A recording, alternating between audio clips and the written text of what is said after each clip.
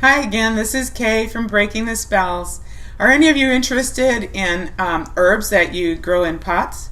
Well, this is a quick little video just to show you how I grew cilantro in pots and also 4 different types of mint. The cilantro goes to seed and has little BB-like seeds later in the season, which are literally coriander, the spice coriander. So they could be dried and ground up, perhaps in a coffee grinder, or a really good like a NutriBullet or food processor, and used for coriander. But I don't do that. I always have more than enough seeds left over for the next year to replant them, which I did, and I haven't had to purchase cilantro seeds in quite a long time. I just want to quickly tell you about cilantro before I show you what I've been doing in my backyard with cilantro in pots. The reason they are in pots is although they are not invasive or noxious at all to spread like some other herbs or weeds may be, by growing them in pots they do very, very well that way, and also it keeps other weeds and other things out of them. So it's a really good way for you people who either do or don't have a yard to grow your herbs and your garden food in. You could have just a balcony or a back patio or a yard that's the size of a postage stamp, so to speak, a really little yard, and you can grow cilantro in pots and have quite a bit of greens for the purpose of, one, a super green vegetable that has, if you look at my other videos related to greens, superfoods, that has a basic all-round spectrum of vitamins and minerals. But the thing that cilantro is super well known for is a high amount of chlorophyll, and this chlorophyll and other aspects of the cilantro that's unique helps pull heavy metals out, which chlorophyll does in and of itself, which is in dark greens. But the cilantro has a specialty as far as extracting heavy metals, and that's why it's in a lot of heavy metal detox formulas. Here's a close-up of one of the cilantro pots. I just laid the seeds down on top of some organic potting soil and just put a little bit more organic potting soil over the top with some compost, and about a week later it began to come up, and it came up quickly like it always does. I have a couple models here showing you how the cilantro began to come up a little further about 2 weeks later, probably at the most about 3 weeks into the planting. It was strategically placed up under the banana trees because cilantro really hates severe heat. It will begin to go to seed if it's in severe heat. So what we did was we thought it was, there was a place up under the banana trees, and we made a cute little spot here where all these pots here are all cilantro. The reason, if you see the little pinwheel, the reason for the pinwheel is because the birds can pick out the seeds, and they even like to eat the sprouts. So it really helped minimize the birds stealing our cilantro. Here's some cilantro up a little closer as it progresses. This is not as tall as it's going to get, but it's tall enough to use and to eat, but you can wait a little bit longer to maximize how much you get. And as long as the severe heat hasn't come yet, you can just let it grow some more. If you cut it where you're not pulling it up by the roots, it will come back again. It'll keep coming back until that severe heat hits and it begins to go to seed. This is a picture of it beginning to go to seed because I have some pots elsewhere that are in full sun, and they about mid-June to late June they began to go to seed because they want to be able to reproduce, and they know that when that heat is coming they had better make some flowers and go to seed as soon as possible so that they can preserve themselves. Right here in the center here is where it's beginning to flower, and it's real clear. Off to the right where the mouse is here, and off to the left also it was beginning to go to seed.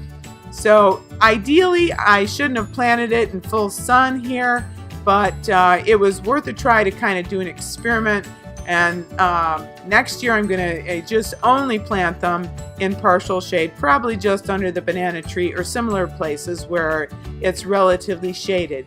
There is one good thing about this though.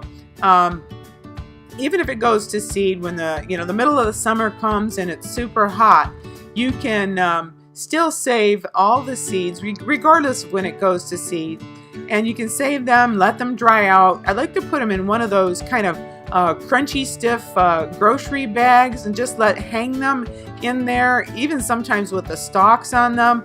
And the bag is being kind of stiff, it kind of stays open. I just kind of hang the bag in a closet, and then the next spring there they are. We just pull these little BB-like seeds out and start all over again.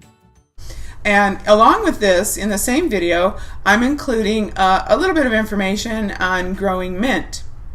I will show you 4 different types of mint I grew, and since mint is invasive to your garden or to the ground, it will spread, and sometimes it spreads where people don't want it.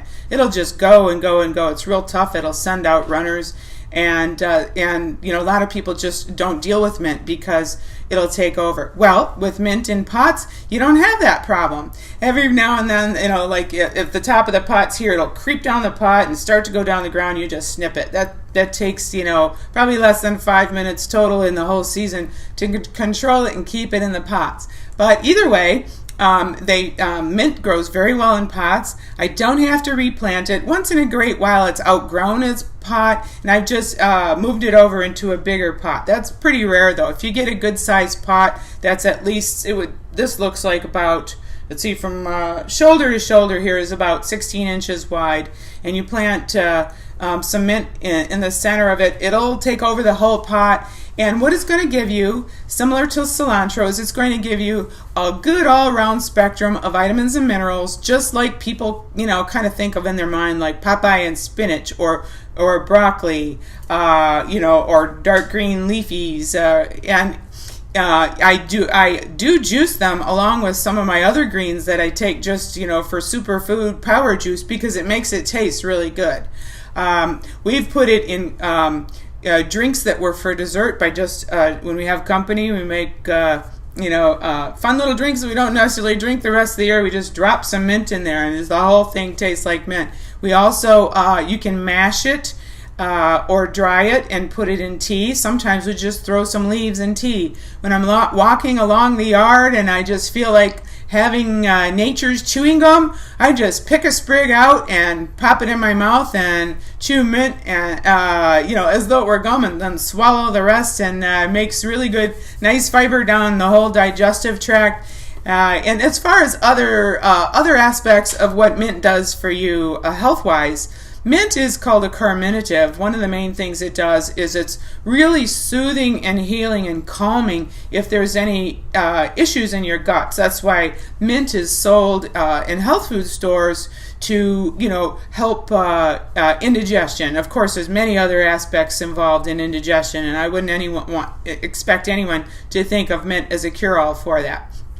The other thing that mint does is it's very, very relaxing. So that's why it's often in some evening tea formulas, or drank by itself, sometimes with chamomile in the evening to relax, or if you've had a really stressed day. Sometimes I've had mint that was so potent in tea, probably overdosed a little bit, and it actually made me feel sleepy before all my work was done. But that's a matter of your body, and that's a matter of dose. I do, walk all over the yard and just pick mint throughout the day. There's plenty of it, and I'm going to show you only 4 pots. I have several pots of mint, but in just these 4 pots that pretty much take care of themselves as long as they don't dry out. They don't even require much water. You can just play with mint, almost every day, and do all kinds of creative things with it in your food. So it's just food for thought, like a lot of my other videos that are related to greens and health, where, again, if you don't have a yard, or if you want to have mint and you don't want it to spread where you don't want it to go, and you have a apartment balcony or just a really small patio, or a tiny yard in a condo, whatever, anywhere you can get some sunlight, outside. This mint can live throughout the year. It'll play somewhat dead when it's cold out and pops right back. And it's all around, it's just a really super smart thing to plant because there's so many uses for it that it's kind of a shame not to kind of think of the idea and consider it. Again, this is Kay from Breaking the Spells, and we're going to send you directly to some pictures now, and otherwise I'm signing off, but stay with me because I'd like you to see some pictures of this beautiful mint. I'm going to show you 4 kinds of mint here. First one is on the left. It is called apple mint. Apple mint is very, very tender and very mellow tasting. The leaves grow really big, and if you're looking for a mint where you can taste the mint but doesn't have that bite like other mint, that's the one for you. The one on the right is spearmint. It tastes really just like spearmint gum, only better. It's very, very hearty and very plentiful and grows like crazy. I mean, this seems like no matter how much you pick, it just keeps coming back just with a vengeance.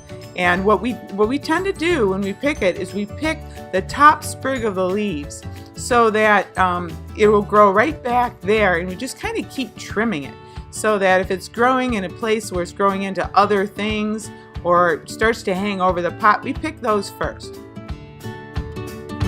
This one here is called chocolate mint. It does have a slight chocolatey mint flavor, kind of reminiscent of, those chocolate mint patties. Not a whole lot of chocolate, but the mint itself is very, very pungent, very strong. This one here is classic peppermint. It's very, very, very hearty. It grows like crazy, and it's a little bit more tender than more tender than the chocolate mint for sure. And when you're looking for that mint flavor that everybody recognizes, this regular straight old peppermint probably is the one for you.